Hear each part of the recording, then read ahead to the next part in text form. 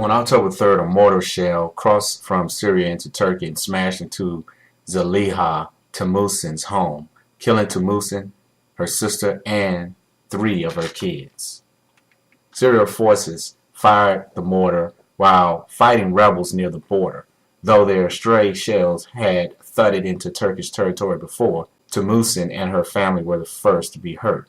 Turkey responded angrily, pounding Syrian military targets with artillery and threatening more attacks. The government then pushed a bill through parliament that authorized it to send in troops.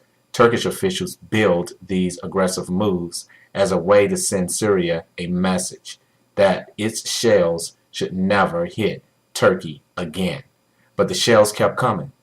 They continued to fall inside Turkey last week, and while there were no more casualties, the repeated shelling threatened to bring Turkey closer than ever to finding itself drawn into Syria's war, as its military returned fire and its top general warned of more serious action to come.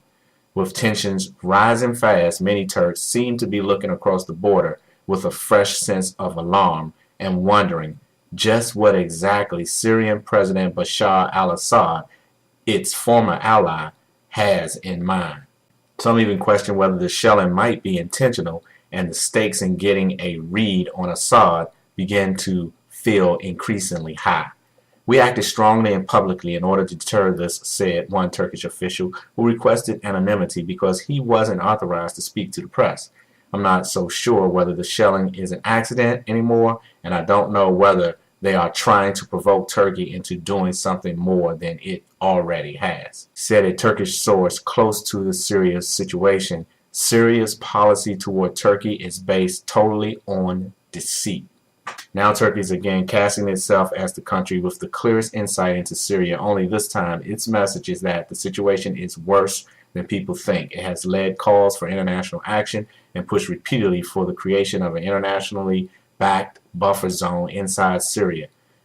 At the same time, it has shouldered more of a humanitarian burden from the conflict than any country. Last week, Erdogan announced that close to 100,000 Syrians now live in Turkey as refugees. Turkey is scared because it sees that Syria's descent into chaos is going to be very unpleasant for the rest of the region.